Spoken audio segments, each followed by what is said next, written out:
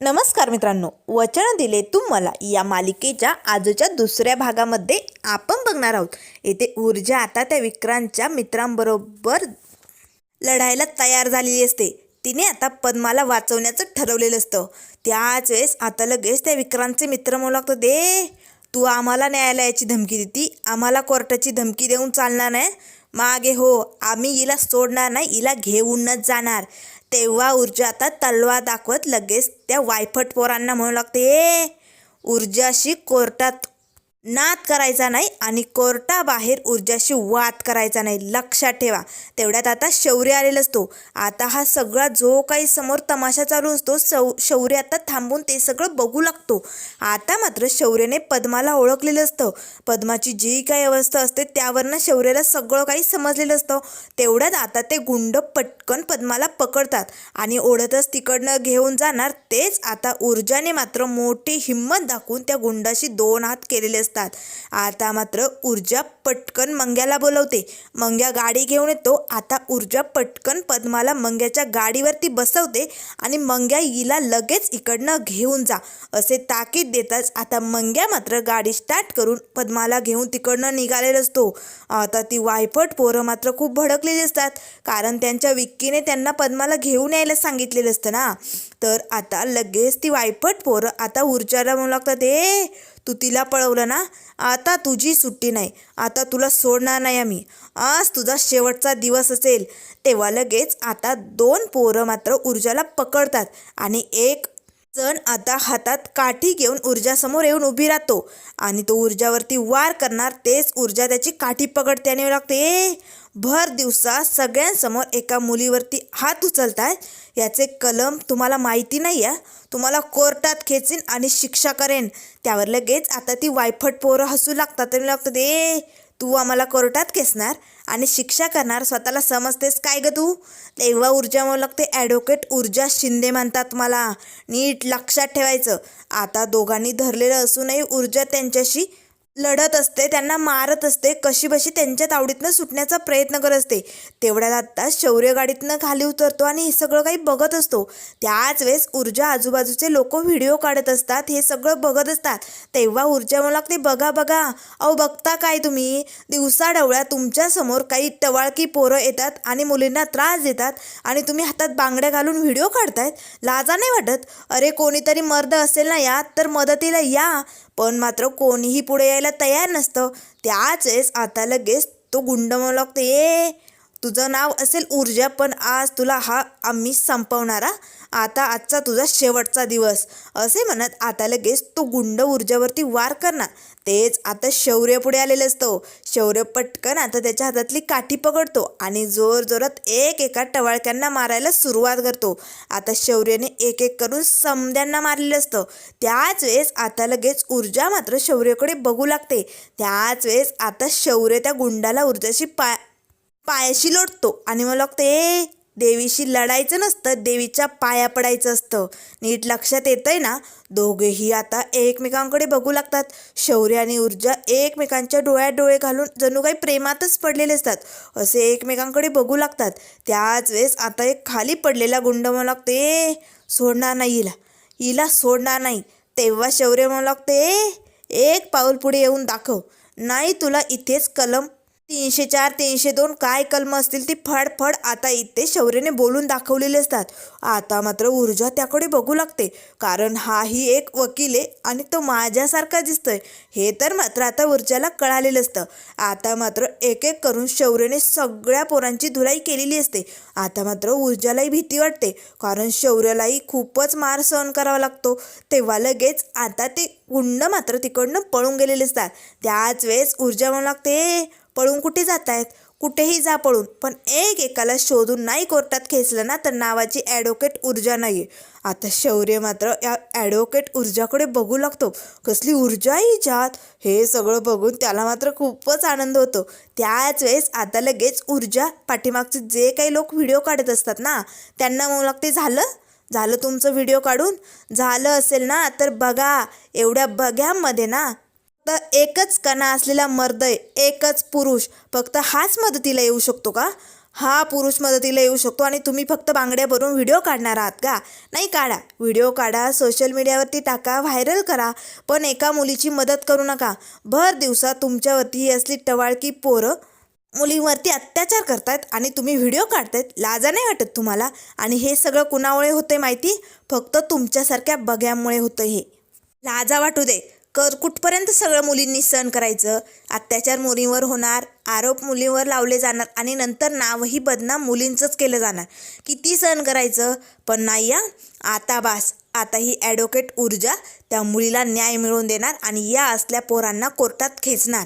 त्याच वेळेस आता लगेच शौर्य मात्र ऊर्जेचा जो काही कोट वगैरे पर्स खाली पडलेली असते ना, ते सगळं काही उचलतो आणि ऊर्जाजवळ येतो आणि ऊर्जेच्या हातात देतो. ऊर्जा मात्र लगेच आता शौर्यकडे बघू लागते. सॉरी हा, रागाच्या भरात बोलून गेले. तुम्हाला राग आला असेल तर मला माफ करा. तेव्हा शौर्य म्हणू लागतं, नाही नाही, राग नाही आला, तुम्ही जे काय बोललायत ना ते अगदी भारी.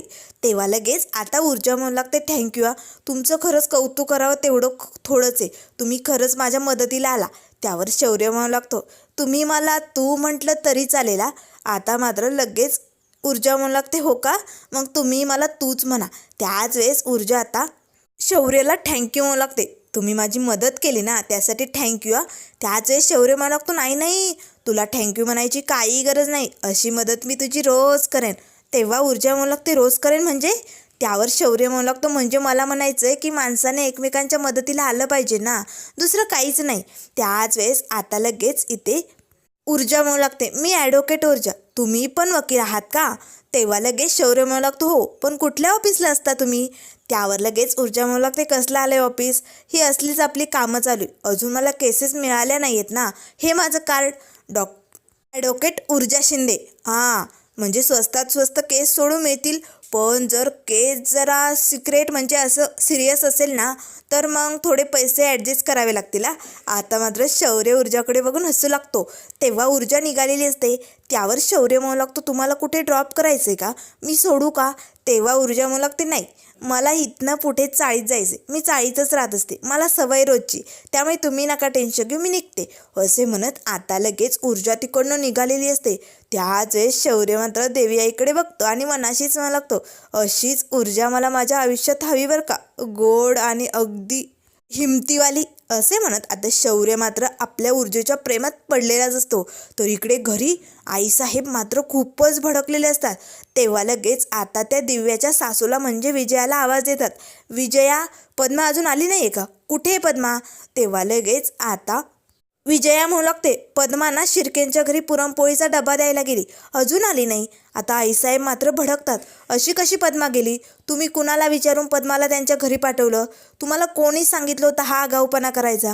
आता मात्र आईसाहेब खूपच डेंजर असतात आणि ही विजया एवढी टमाटम बोलत असते, पण शेवटी आईसाहेबांसमोर तिचं काहीही चालत नाही. तेवढ्यात लगेच आता विजया म्हणू लागते, मी पद्माला कॉल केले पण ती फोन उचलत नाही आहे. त्यावर लगेच आता आईसाहेब म्हणू लागतात, माझी गोळ्यांची वेळ झाली, तुम्हाला माहिती आहे का माझ्या गोळ्या कशा द्यायच्या? मग तुम्ही मला न विचारता पद्माला पाठवलंच कसं तिकडे? तुमचं धाडसच कसं झालं?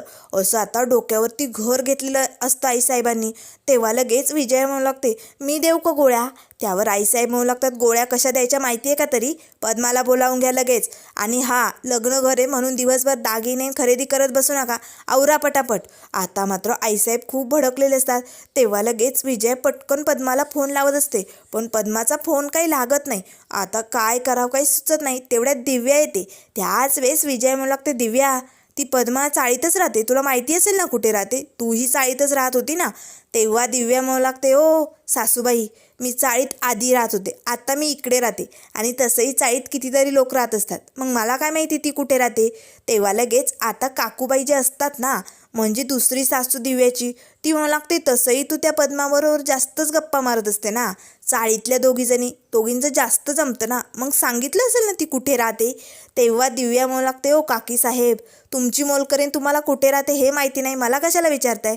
असे म्हणत आता तोऱ्यातच दिव्या मात्र तिकडनं निघून जाते. त्याच वेळेस काकी म्हणू लागते, बघा बघा जाऊबाई, ही चाळीतली सून आता आपल्या डोक्यावर चढायला लागली बरं का. तेव्हा लगेच आता विजय म्हणू लागते, मला हिच्या प्रॉब्लेमचं सोल्युशन काढावंच लागेल, हिला लवकरात लवकर इकडनं बाहेर काढावंच लागेल, असं आता विजयाने ठरवलेलं असतं. तर इकडे आमदारांच्या घरी आता ती सगळी पोरं विक्रांतकडे आलेली असतात. तेव्हा विक्की म्हणू लागते, कुठे ती पोरगी, कुठे? त्याच वेळेस त्याचे ते मित्र म्हणू लागतात, एक पोरगा आणि एक पोरगी आले होते, तिला वाचवलं आणि तिकडनं पळवलं. तेव्हा लगेच विक्की म्हणू लागतं, असं कसं पळवलं, आता काय करायचं, कोण होती ती? तेव्हा लगेच आता त्याचा मित्र म्हणू लागतो, दोघेही ना वकील होते ते. आता मात्र विक्रांतला धक्काच बसतो.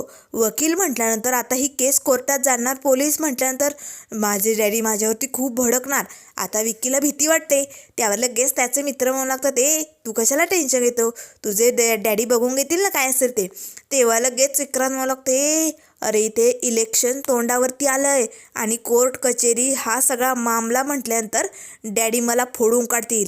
कसं काय सोल्युशन काढतील ते? आता जर ही पोरगी ना कोर्टात पोचली ना, माझं काही खरं नाही. आता काय करावं? तेवढ्यात आता लगेच घरी अर्पिता आलेली असते. अर्पिता आता त्या सगळ्यांचं बोलणं ऐकू लागते. त्याच वेळेस विक्रांतचे मित्र म्हणू लागतात, विक्रांत या सगळ्याला जबाबदार तूच आहे, सुरुवात तर तूच केली ना.